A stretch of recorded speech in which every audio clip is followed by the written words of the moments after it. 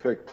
Bueno, entonces tenemos la presentación de Viviana Lenis, estudiante del doctorado en epidemiología. El artículo pues fue compartido por la biblioteca, era la presentación que teníamos la semana pasada, que se aplazó para esta semana.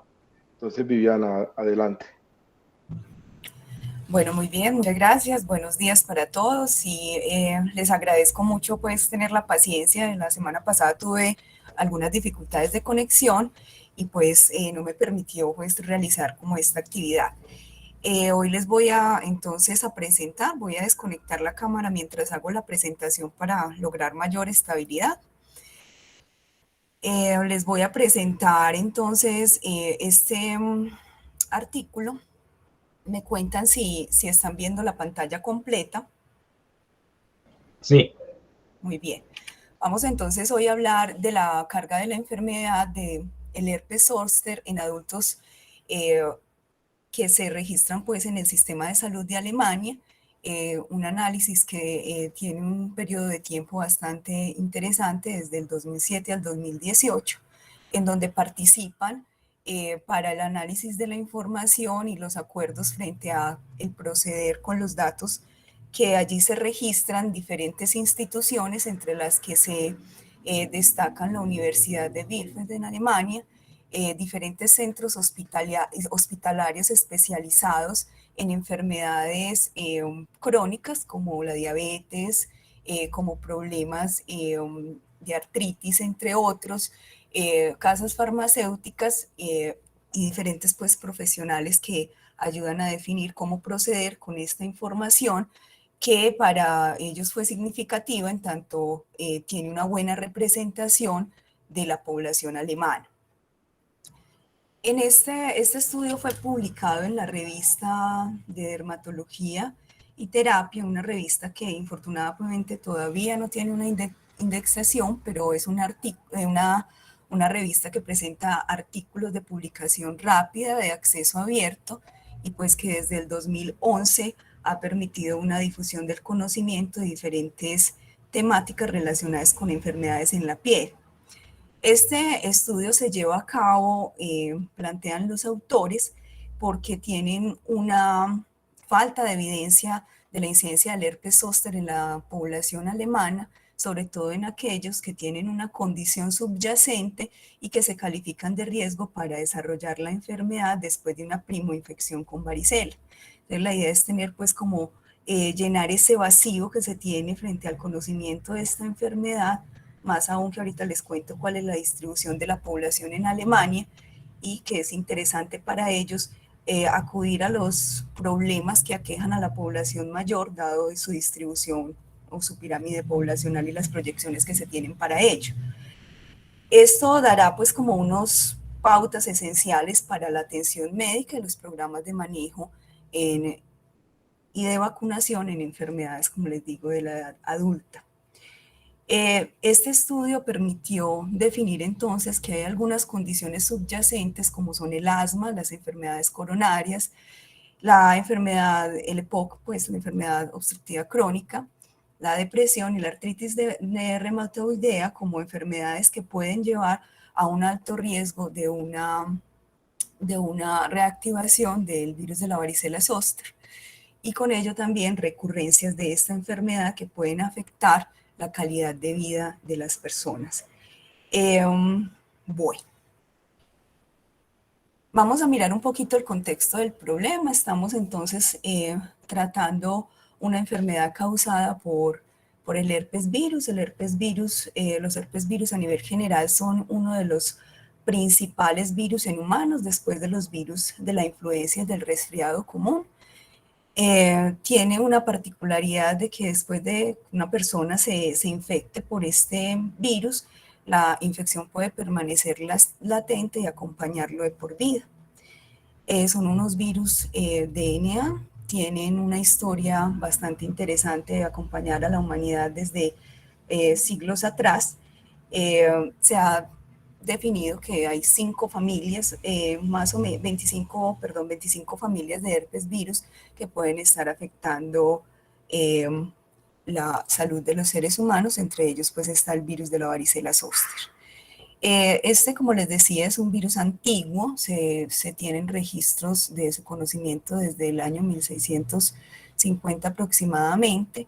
Allí se empieza a estudiar un virus que tiene como varias etapas. Esta primera etapa la han llamado como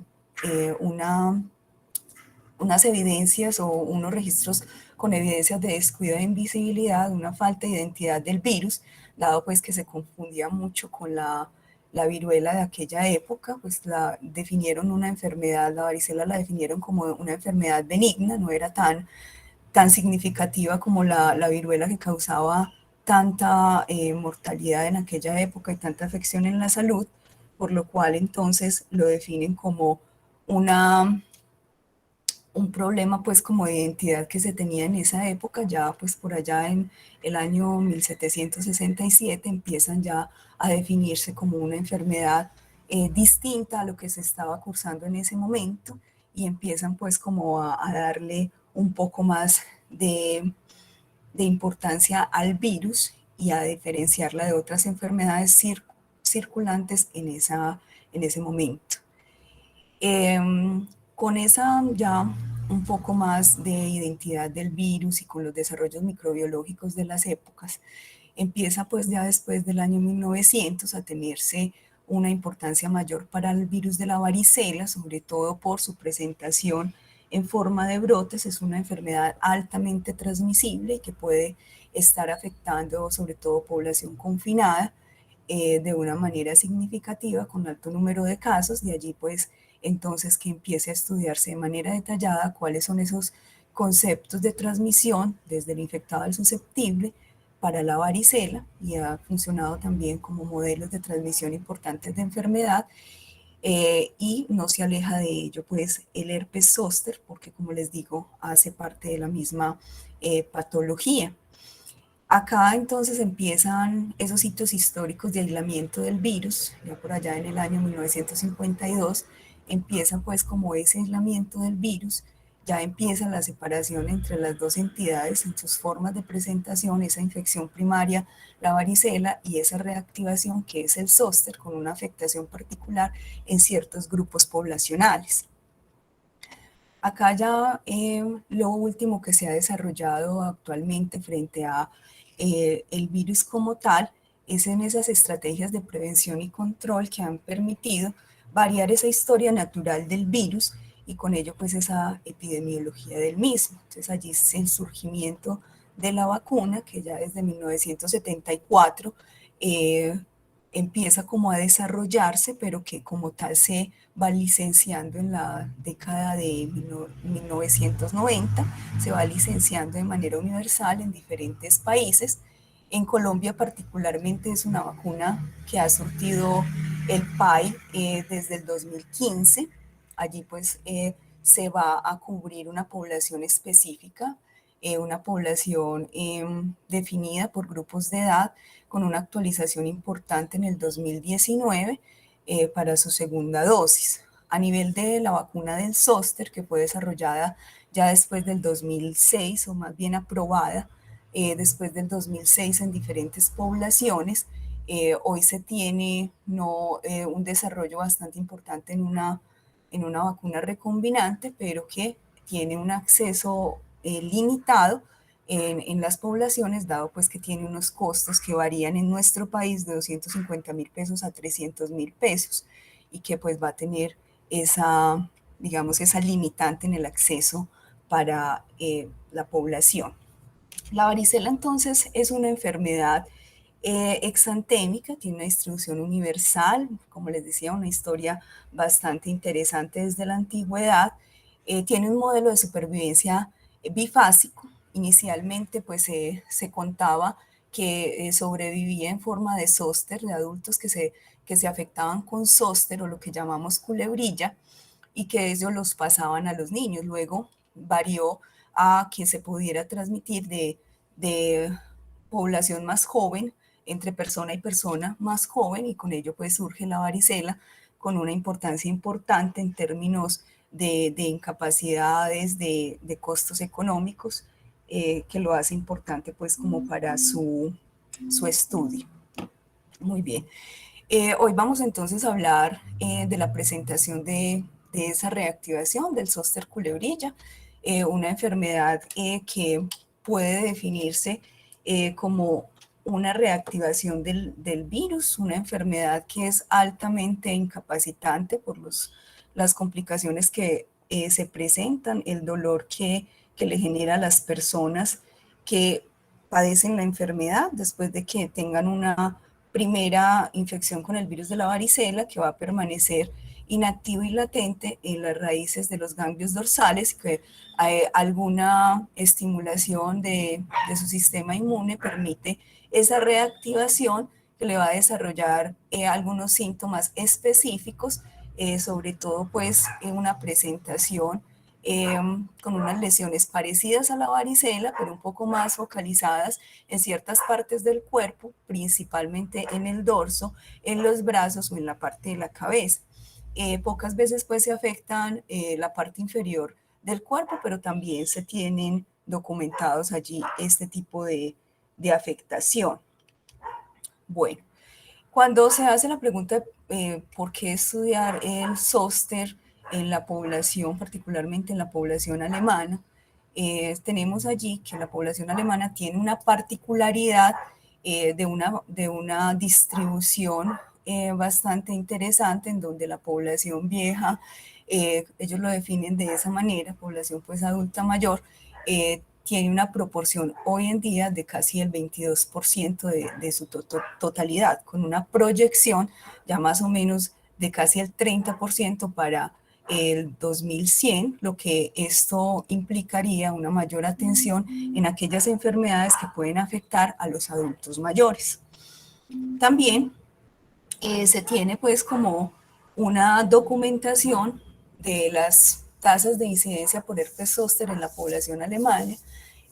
Si bien estas tasas de incidencia pues se han registrado, lo que no se ha tenido no se tenía pues hasta ese momento era como una claridad de poder inferirlo a la población total de Alemania. Entonces, se tenía pues ya documentado que casi 6 personas por cada 1000 personas año se están afectando por el herpes zóster en Alemania, y después de los 50 años esta proporción, esta tasa de incidencia mejor va a ir aumentando, o sea, aumenta la afectación con esta enfermedad en la población en general.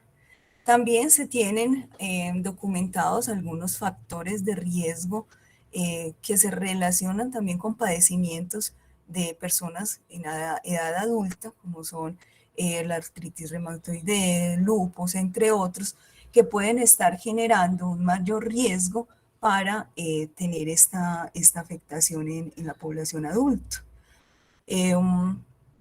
Allí pues les muestro cómo estudios ya un poco más sectorizados de casos y controles también se ha permitido calcular esas probabilidades de afección eh, de personas con condiciones de base para esta enfermedad. Esto es como parte pues como de ese contexto de por qué estudiar esta enfermedad en la población alemana.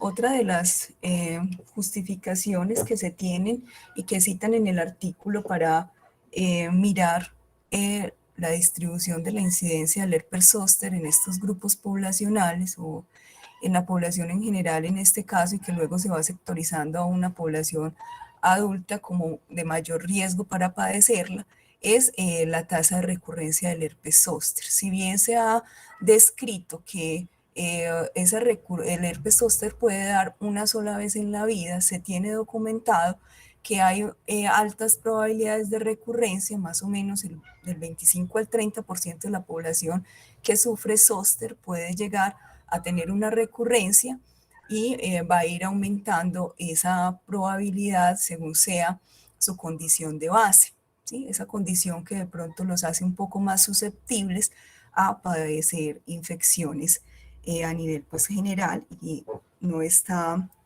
excluido la reactivación del virus de la varicela zóster. Esta es como esa esa descripción que hacen es otro artículo pues que citan los autores y que permite, como les decía, definir que a medida que pasan los años, este es un estudio de seguimiento a 10 años, pero lo que indican es que a medida que pasan esos años, puede presentarse una recurrencia del herpes zóster y que esa recurrencia se va a presentar con un mayor impacto para la salud de la persona afectada. Asimismo, hay factores que pueden también potenciar esas probabilidades de recurrencia, como son el padecimiento de algunas enfermedades, el estado inmunológico, las comorbilidades, y también eso va a incidir en la duración de, del herpes zóster en la persona y con ello la afectación. Con todo esto, entonces, se define un objetivo en la investigación, es llenar ese vacío en el conocimiento médico sobre la incidencia y la recurrencia del herpes zóster en los pacientes con enfermedades subyacentes en Alemania. Para ello, entonces, ellos se fijan un propósito de que los resultados permitan a los médicos tomar decisiones frente a una medida bastante importante que tiene esta enfermedad y es la vacunación, y que esas medidas sean basadas en evidencia para que tengan un mayor impacto.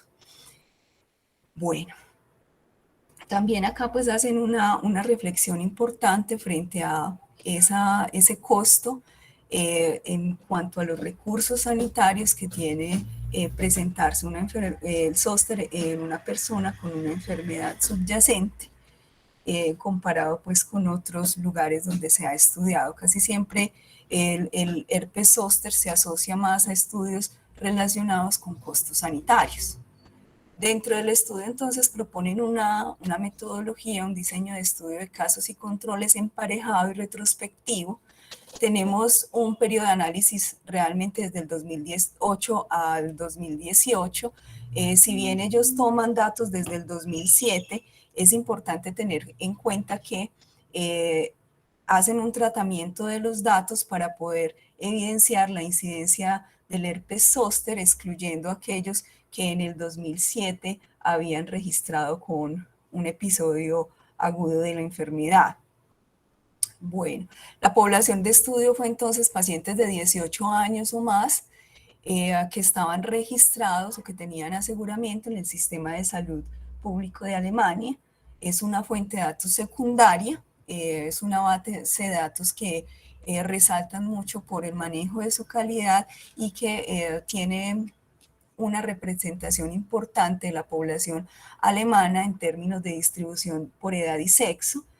Más o menos el 83-84% de la población alemana pues se registra allí en ese sistema de salud. Los diagnósticos de interés tenían entonces allí esos diagnósticos documentados durante los contactos con el médico como paciente ambulatorio y la estadía del paciente en el hospital. No se incluyeron parámetros de laboratorio y eso allí también lo evidencian como una limitación del estudio, pero a pesar de esta limitación traen resultados bastante interesantes.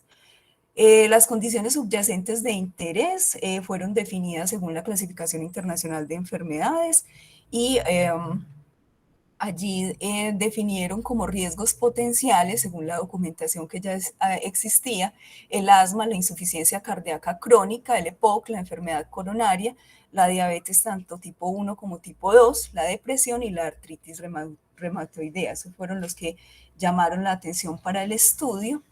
En el análisis, entonces, proponen la respuesta a dos preguntas, dos objetivos de análisis específicos. El primero orientado hacia la incidencia del herpes zóster en una cohorte de pacientes con una enfermedad subyacente y comparado con una cohorte de pacientes que no lo tienen.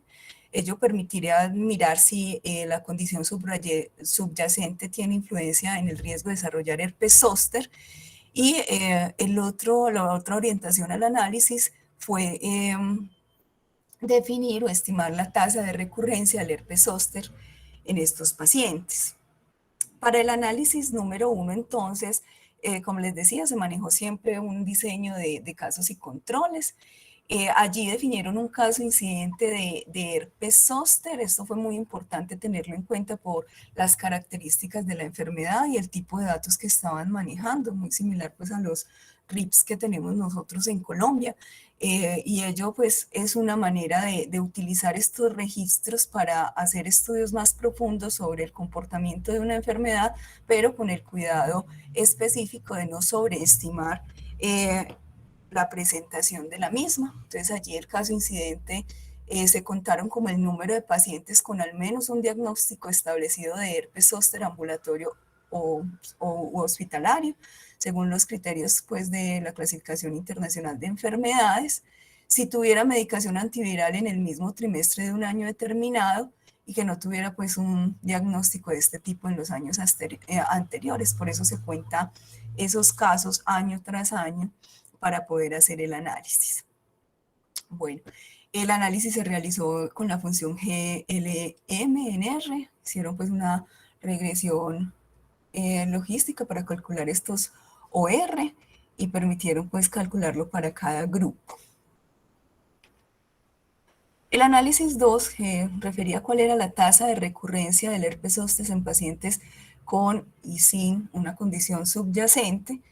También definieron ese caso recurrente, un paciente con un antecedente de herpes agudo y que después de un año presentara otro episodio de esta enfermedad que ya había sido diagnosticada. Fue importante definir esas observaciones censuradas. Las observaciones censuradas dentro del estudio fue dejar el sistema de salud, dejar de estar asegurado y fallecer, en algún momento del análisis. Bueno, acá aplicaron pues el paquete R de supervivencia para realizar este análisis. En cuanto a los resultados, entonces, esta tabla nos presenta como esa distribución de los casos y los controles en los diferentes periodos de tiempo, en donde parten pues de una población a nivel general de mayor a 7 millones de personas registradas en ese sistema de salud. Allí empezaron pues como a definir esos casos y esos controles. Allí tenemos entonces cómo ese emparejamiento fue como muy, valga la redundancia, parejo en términos de padecimiento de la enfermedad, en términos de distribución del sexo, más o menos en promedio el 63% de las personas involucradas en el estudio, tanto para los casos como los controles, fueron mujeres. Parece ser que ser mujer también tiene un riesgo importante para tener la enfermedad. Posiblemente ello también les indicaba una necesidad de tener ese control por sexo. La edad en promedio en cada año fue 63 años para los casos, mientras que para los controles fue en promedio 61 años. Ello permitía también tener pues como una distribución muy pareja de esas poblaciones de casos y controles. El comportamiento de la incidencia del herpes zóster cada año también me mostró una estabilidad. Acá pues se muestra gráficamente cómo entre los casos y los controles esa incidencia fue muy pareja. También eso le daba un poco más de robustez a los análisis que a las conclusiones que los autores presentaban. Ya acá un poco más de esa incidencia del herpes zóster según también condiciones subyacentes.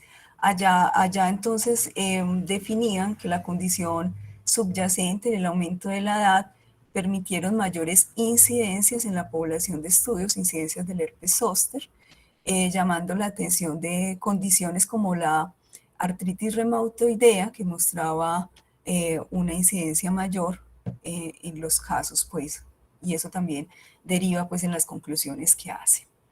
Esto ya es como tal el análisis de esas probabilidades de tener un episodio de herpes zóster según condición subyacente. En términos generales, todas las condiciones subyacentes que se estudiaron tuvieron OR significativos en la mayoría pues, de los grupos de edad. Pues allí se escapa un poco el grupo de 50 a 59 años en algunas estas condiciones subyacentes, pero llama la atención cómo la artritis reumatoidea y el asma tienen una mayor probabilidad de desarrollar esta enfermedad en todos los grupos de edad. Bueno, también hicieron un análisis por subgrupos, en donde en cada una de esas condiciones miraron, este caso es el del asma, cómo el consumo de medicamentos también estaba teniendo una incidencia en esa probabilidad de presentar episodios de herpes zóster en la población de estudio. Este es el ejemplo, como les decía, del asma, donde el consumo de algunos medicamentos corticosteroides tenían también una influencia en esa probabilidad que les decía de desarrollar la enfermedad.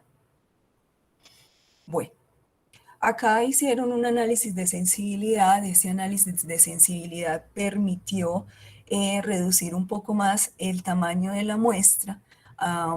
Ese tamaño de la muestra se redujo si tuvieran una sola condición subyacente, lo que permitió distribuir la población en cohortes un poco más jóvenes que el análisis principal, y eso también va definiendo cómo algunas enfermedades tienen mayor fuerza en ciertos grupos poblacionales como factores de riesgo para la probabilidad de sufrir el herpes zóster, y acá continúa siendo la artritis reumatoidea un factor importante para el desarrollo de la enfermedad, el asma y la depresión como condiciones con ORs un poco más altos, las cuales pues hay que tener atención porque se convierten en factores de riesgo para desarrollar el herpes zóster. En cuanto a la recurrencia de la enfermedad, dentro de esta población estudiada, se encontraron que 43.003 pacientes fueron recurrentes. La mayoría tuvieron pues una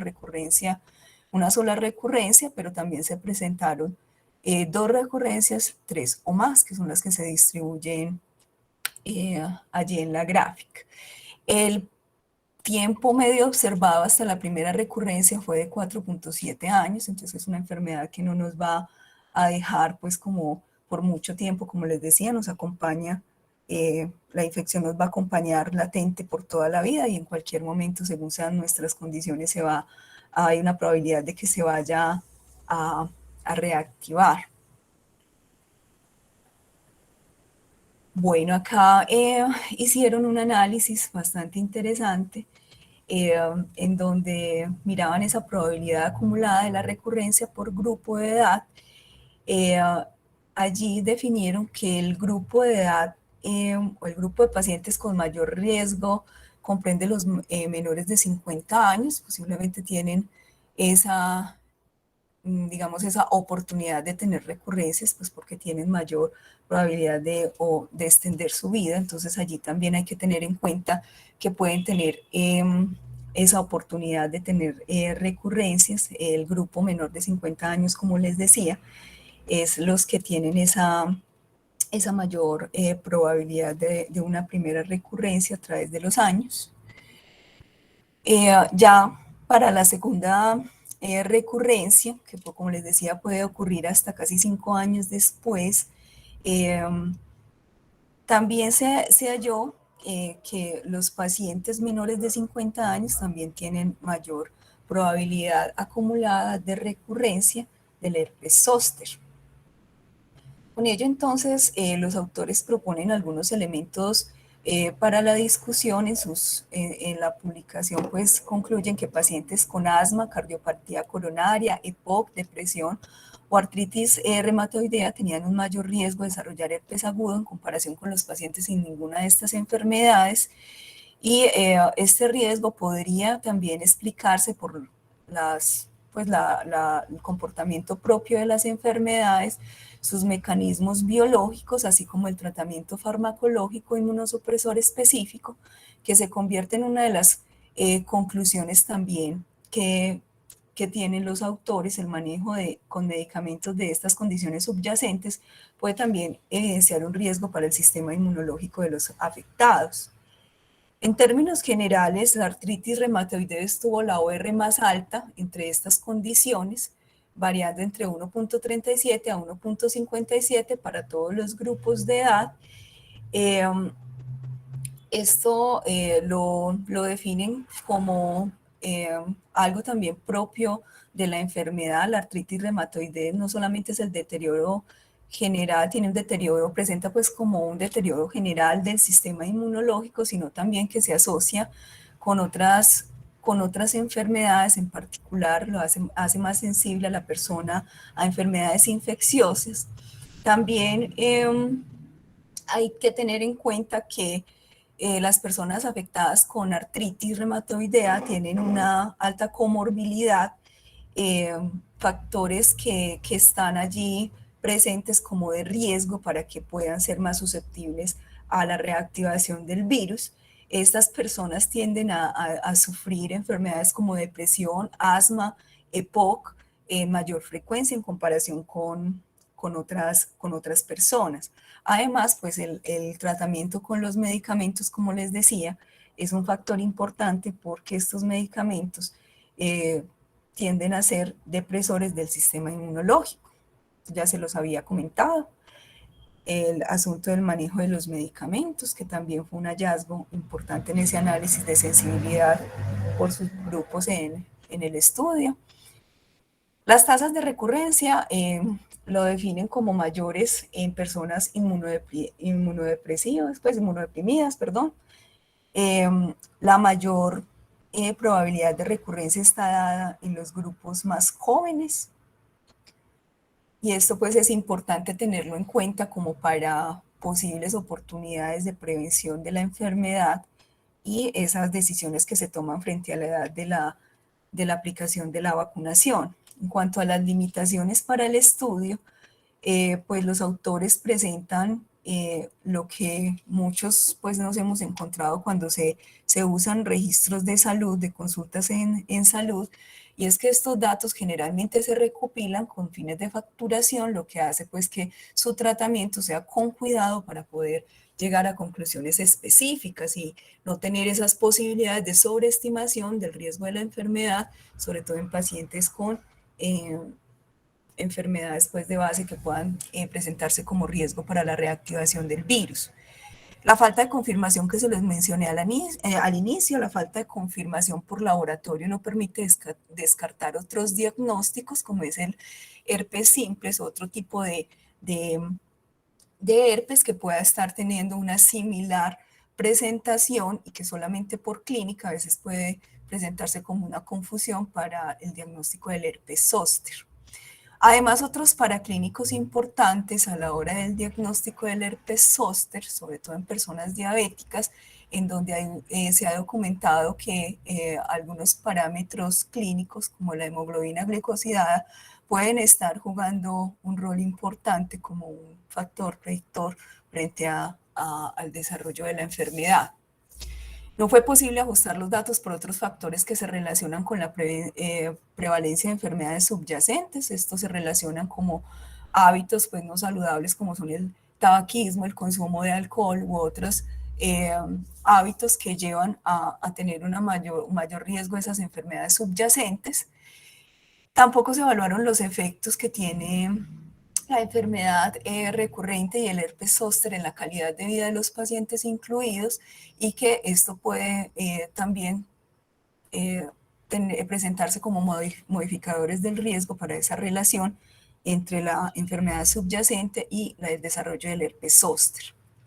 Las implicaciones que presentan los autores para las políticas sanitarias y la investigación futura hablan pues de esas recomendaciones para la vacunación contra el herpes zóster en personas mayores de 50 años y que se puede potenciar su riesgo de padecer la enfermedad según sea su condición subyacente. Hay que evaluarlo muy bien porque esto también puede presentarse como una oportunidad para ellos de tener una prevención, pero también debe hacerse con cuidado porque el manejo de la vacuna con el virus de la varicela zóster también tiene algunas implicaciones frente a la latencia o la reactivación de la latencia del virus. No existe una recomendación para pacientes con depresión menores de 60 años, quienes fueron identificados como con un riesgo importante de herpes zóster, lo cual debe también seguirse estudiando porque es una enfermedad. La salud mental, pues ya sabemos, ha sido pues una eh, de los tópicos en salud que ha tenido mayor afectación en los últimos tiempos y puede ser también un riesgo para desarrollar este tipo de entidad, el herpes zóster. Se necesita más investigación sobre el riesgo observado en personas con diabetes, como les decía, esos parámetros clínicos específicos que permitan también tener una mayor fortaleza en la asociación con el desarrollo del herpes zóster. A manera de conclusiones, entonces, este es el primer reporte de mayor riesgo de herpes zóster en pacientes con condiciones subyacentes en Alemania y un mayor riesgo de recurrencia en los grupos de edad más jóvenes. Es el primer análisis que se tiene sobre la incidencia y la recurrencia de la enfermedad para la población con estas enfermedades en el entorno sanitario alemán. Confirma pues que hay condiciones de riesgo que son determinadas por condiciones subyacentes para el desarrollo del herpes zóster.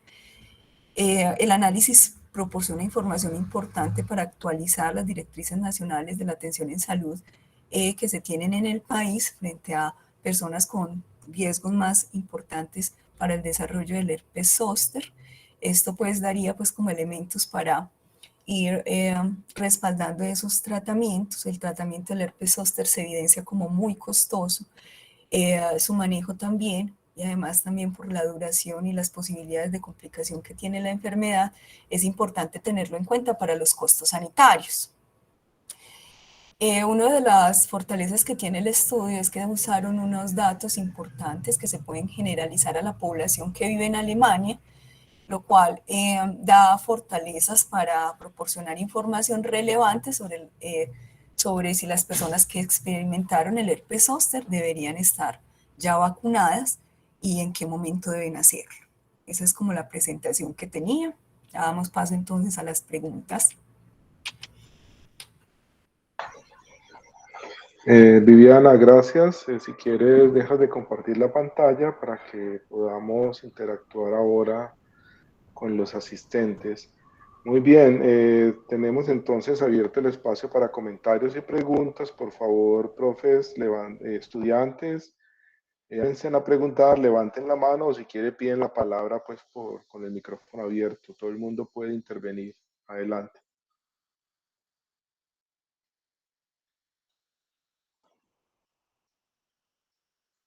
¿Alguien levantó la mano, creo? No estoy seguro. Juan Carlos Quintero. Ah, Juan Carlos, adelante, es que no te vi. Muy buenos días. Viviana, muy buena la presentación, muy clara, muy organizada. Pues obviamente esto es un tema poco explorado y pues primera vez que veo que se haga un estudio así de este índole con este desenlace tan complejo. Sin embargo, yo tengo como unas más que preguntas, unas críticas que tengo al artículo. Por ejemplo, ellos hablan de que hicieron un análisis pareado. Si mal no entiendo, lo pararon por el sexo, pero el análisis estadístico que veo me parece que es insuficiente. O sea, ¿cómo hacen una regresión pareada por un modelo lineal generalizado? Eso sería como una de las primeras preguntas. Y lo segundo, con respecto a las gráficas que se presentan de los ORs, me parecen que no son adecuadas tampoco. ¿Por qué? Porque el OR está acompañado del intervalo de confianza y no está acompañado, como lo muestra la gráfica, por un rango intercuartílico, que es lo que presenta el diagrama de cajas. Entonces no sé qué pueden decir los autores al respecto, porque una cosa es que pase por el valor nulo, entre comillas, que sería el 1, a partir de una gráfica de diagrama de cajas.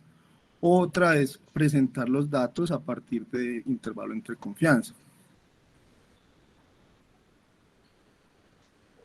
Muy bien, Juan Carlos, sí, muchas gracias. Y se cuestiona pues como la magnitud de los datos que tenían como para el análisis que presentan. Ellos se fijan dos objetivos de análisis desde el principio, la parte pues como de, de estimar la recurrencia del zóster y de hacer la comparación de esa incidencia entre personas afectadas con enfermedades recurrentes y personas que no lo tienen.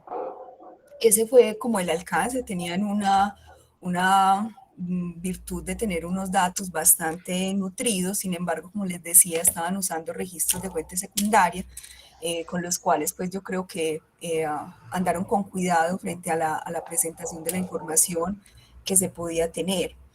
Elección, no sé, profes, ¿ustedes qué opinan frente a la elección de tener ese modelo general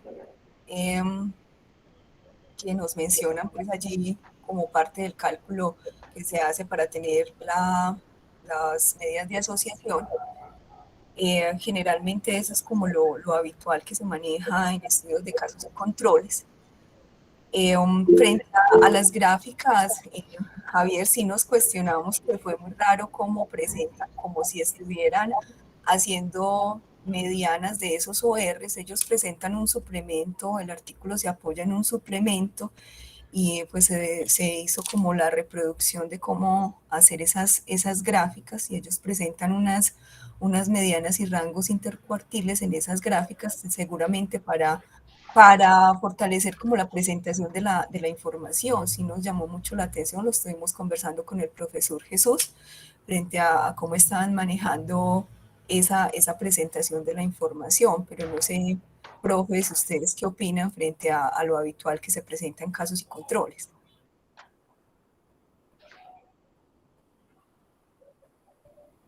El asunto, diría yo, es si este es un estudio de casos y controles o no. Porque comenzando el estudio, lo que ellos dicen es que es un estudio de cohortes históricas, una cohorte expuesta, que es la de los pacientes que tienen enfermedades previas, ¿cierto? Comorbilidades, y una cohorte pareada por sexo y edad, pues, que es la no expuesta, ¿cierto? Tienen estas comorbilidades. Sino que ya luego ellos en las tablas, como tú lo presentaste, le llaman a la cohorte expuesta, a la cohorte le llaman casos, y a la cohorte no expuesta le llaman controles, pero luego también hablan de los casos de herpes zóster incidentes en ambas cohortes. Entonces es muy confuso, pero la verdad no es claro por qué hablan de casos y controles. Ellos utilizan ese lenguaje cuando han dicho inicialmente que es cierto que al comienzo del estudio, del artículo, dicen que es una cohorte retrospectiva histórica basada en registros del sistema, pues, del sistema de salud de ellos. Sí, Entonces, y no sé si llaman casos y controles para justificar que usan OR. La verdad es esa parte, sí, escuchando tu presentación, pues, y habiendo leído un poco el artículo, es confuso. No sé, ¿alguien más quisiera opinar sobre este tema? Adelante. Si Profe era, bueno, Doraceli, Doraceli, por Doraceli, favor. adelante. Sí, buenos días. Lo que pasa es que yo creo que nosotros estamos acostumbrados a pensar en el estudio de casos y controles como definiendo los casos de manera retrospectiva, pero como lo plantean los autores, aquí consideran los casos como incidentes. Entonces, ellos hacen una reconstrucción retrospectiva de las cohortes, ¿cierto? Pero a la hora de conformar los casos y los controles lo hacen de manera prospectiva. Esa es de la única forma en la que es posible configurar el caso incidente, ¿cierto? Entonces, digamos, ellos tienen identificados cuáles fueron los pacientes pues, que cumplían los criterios que ellos plantearon. Entonces, identificando un caso incidente, entonces conformaban el par del control en el mismo rango de edad y de sexo, ¿cierto? Entonces, de esa forma logran, digamos, configurar esos casos incidentes, y los demás los demás que consultaron en el mismo periodo de tiempo y no presentaban la condición, se consideraban como controles, ¿cierto? De acuerdo con pues, lo que mencionan los autores en el análisis, parece que el análisis lineal generalizado, la regresión lineal generalizada que realizaron, conservaron el pareamiento porque ellos dicen que pues utilizaron el método de Wall para la construcción de los intervalos de confianza, que es como lo apropiado cuando se conserva el pareamiento, ¿cierto? Ya con respecto a la inquietud que plantea Juan Carlos sobre el análisis, pues yo pienso que los autores utilizan otras formas de presentación de la información. Muchas veces eso es interesante porque exploran un poco más el análisis descriptivo, ¿cierto? O sea, presentan como lo clásico frente a las ORs y los intervalos de confianza, pero también presentan los rangos intercuartílicos. O sea, eso no es problemático, sino pues que es inusual, digamos, ampliar el componente descriptivo de los datos. Y también pues es llamativo que ellos hacen varios análisis, como muy bien nos explicaba Viviana, ¿cierto? Pues tienen un análisis de la incidencia, tienen el análisis típico pues de casos y controles, y también tienen el análisis de supervivencia. Entonces yo pienso pues que como son varios enfoques en el análisis, porque tienen por lo menos 2 preguntas, entonces por eso digamos, hay que mirar los métodos pues, y también los resultados con detalle. Pues solo quisiera pues comentar que me gustó mucho pues la presentación de Viviana, también me pareció muy clara, es muy agradable, muy completa, le permite a uno entender, digamos, la magnitud de este problema del herpes zóster, y también pues queda la inquietud frente a la vacunación del herpes zóster que apenas pues se haya licenciado en el 2006, que a pesar pues de que existen estudios pues donde muestran una efectividad pues de al menos hasta el 60%,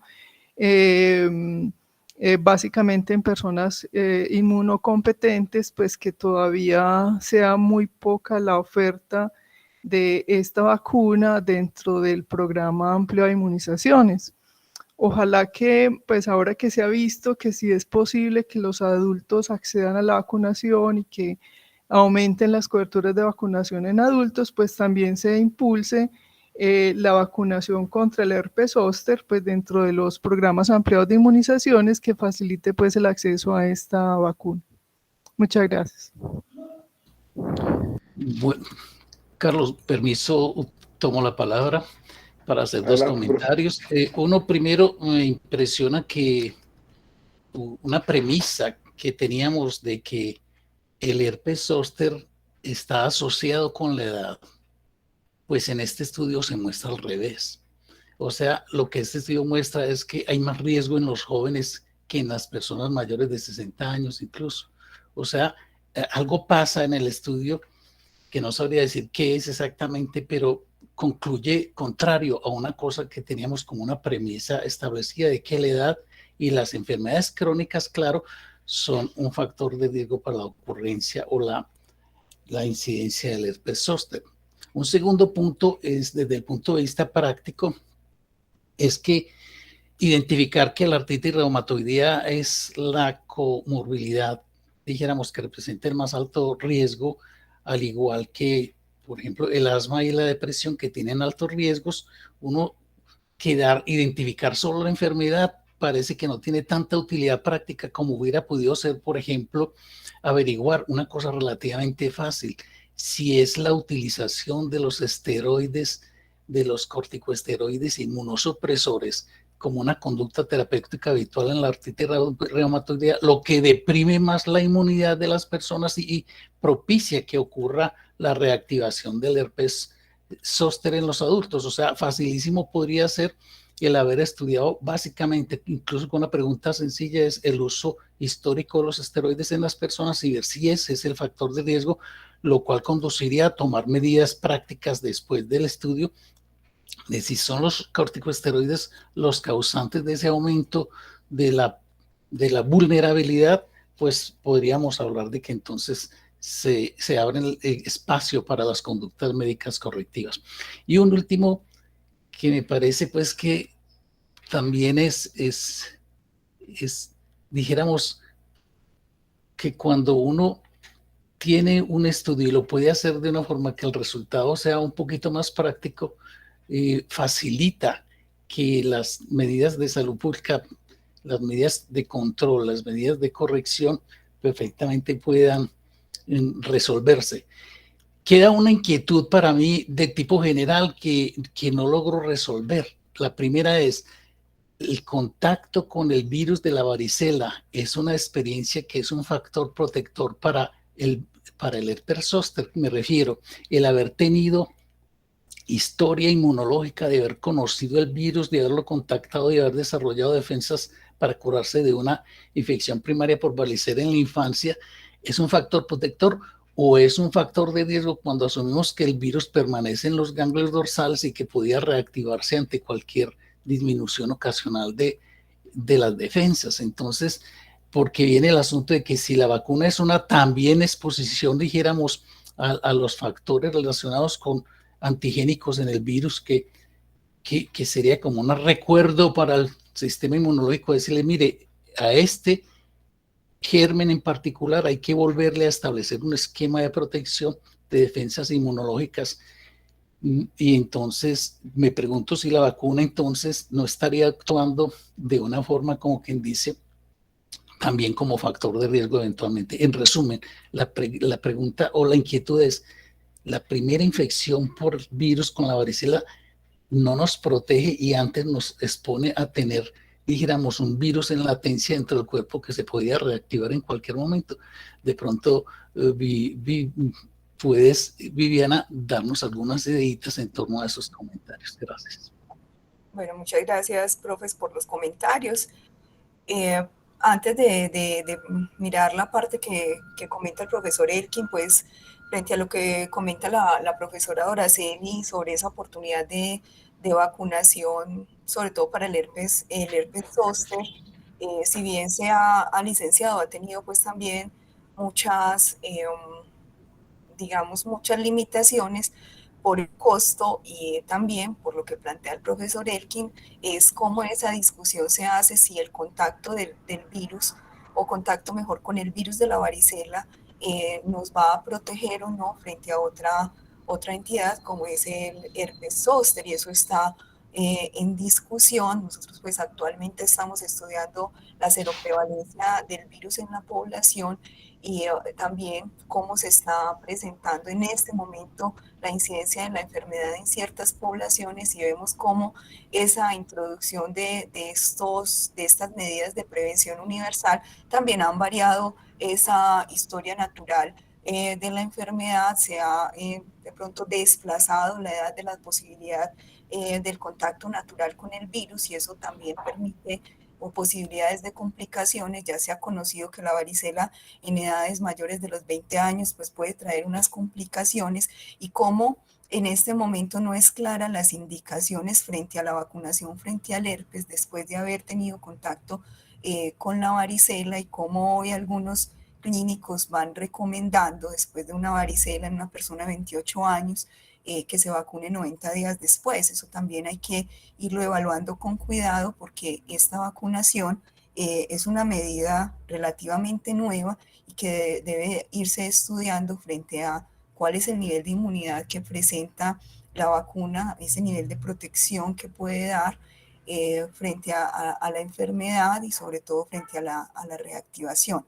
Lo que plantea el profesor Elkin pues es algo que está en discusión en el medio, que tiene como sus grupos de apoyo frente a tener la intervención con la vacuna, tanto para la varicela como para el herpes zóster, pero también tiene esos detractores porque no es tampoco muy claro, no se ha establecido todavía, pues no lo he podido leer muy bien, no lo puedo encontrar mejor en la literatura frente a si eso se convierte en un factor de riesgo. Lo claro es que hay una variación de de esa epidemiología, de esa historia natural del virus de la varicela zoster que se debe atender, que se debe seguir estudiando. Es una enfermedad que históricamente nos ha acompañado y que puede en estos momentos, con el comportamiento de las enfermedades subyacentes en la población, con esa transición demográfica que podemos estar experimentando al tener un poco más de esperanza de vida, puede estar convirtiéndose en un problema mucho más serio del que se ha de pronto desestimado en tiempos anteriores. Está en discusión, profes, frente a esa posibilidad del riesgo. Hay que rescatar esos elementos que permitan ir clarificando esas dinámicas de la enfermedad. Eso es como la orientación que tenemos también con el desarrollo de la tesis. No sé, profesor Jesús, ¿usted qué opina? Tiene la mano levantada.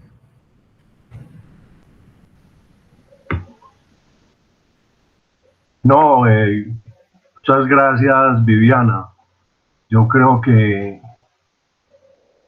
es lo que llaman una expositora de nota en los pueblos, es una expresión antigua muy bonita. Es una expositora muy agradable y con una conducción muy bonita.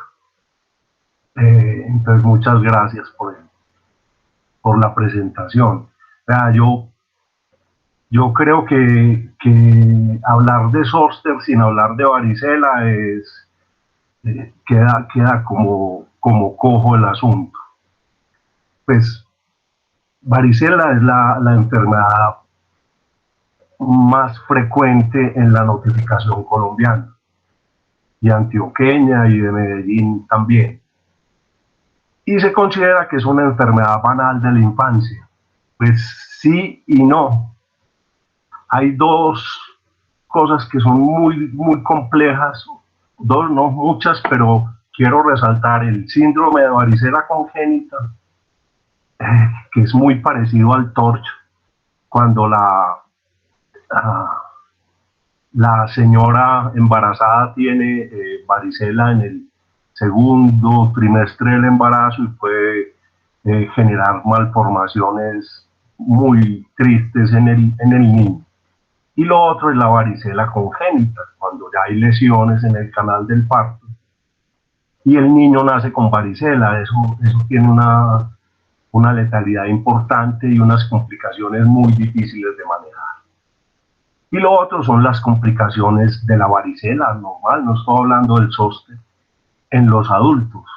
La neumonía por varicela es muy difícil. La varicela en personas con megadosis de esteroides, como los péntigos, por ejemplo, generan complicaciones como lo que se llama la púrpura fulminans, que es una varicela hemorrágica que es supremamente letal. En fin, yo quisiera resaltar para los estudiantes de la maestría en epidemiología que la varicela es el demonio de los servicios de epidemiología, y particularmente los servicios hospitalarios, por unas razones que voy a exponer muy brevemente porque no hay tiempo, y es la transmisión aérea antes de la aparición de las lesiones. Usted tiene un niño que ingresa por una bronquiolitis o por cualquier otra cosa, y resulta que tuvo un contacto con un niño con varicela en su guardería y entra en periodo aún sin lesiones cutáneas, pero se brota dentro del hospital. Esto es muy complicado de manejar, particularmente por los aislamientos. Los aislamientos en pediatría y en adultos también son muy difíciles de manejar porque la exposición ya se dio. También es muy difícil la profilaxis. Yo creo que hay un avance grande en la profilaxis en situaciones de brote con la vacuna, pero hay que ponerla 4 días después de la exposición, o sea que el tiempo es muy corto. La gamaglobulina específica, lo que llaman el Varitec, es una cosa supremamente costosa, que es muy restringida particularmente a embarazadas, y el aciclovir parece que se ha demostrado algunas bondades en la profilaxis en brotes. Y finalmente viene la otra tragedia de la varicela, que es la neuralgia posherpética, particularmente cuando se compromete el nervio trigémino, que es una neuralgia intratable en adultos, ya con zóster, intratable, con riesgos altos de suicidio y con un manejo farmacológico del dolor muy complejo y muy difícil. Entonces, el mensaje es que estas enfermedades chiquitas que los formados en este asunto de la epidemiología les va a tocar enfrentar, no son tan chiquitas y que tienen implicaciones muy grandes en poblaciones hospitalarias, carcelarias, en centros de refugiados, en fin. Eso era como el comentario, reiterando pues el agradecimiento a Viviana.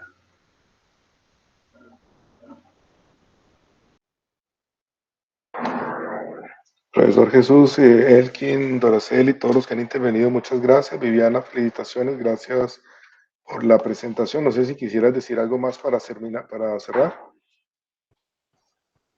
Profe, no, agradecerles mucho la atención, un tema pues como muy apasionante, muy entretenido. Y bueno, ahí estamos avanzando en el estudio del virus de la varicela zóster. Qué bueno, felicitaciones, muchas gracias. Gracias a todos, nos vemos aquí el próximo miércoles en una nueva sesión del Club de Revistas. Que tengan feliz día. Hasta luego, que estén muy bien. Gracias, un feliz día para todos.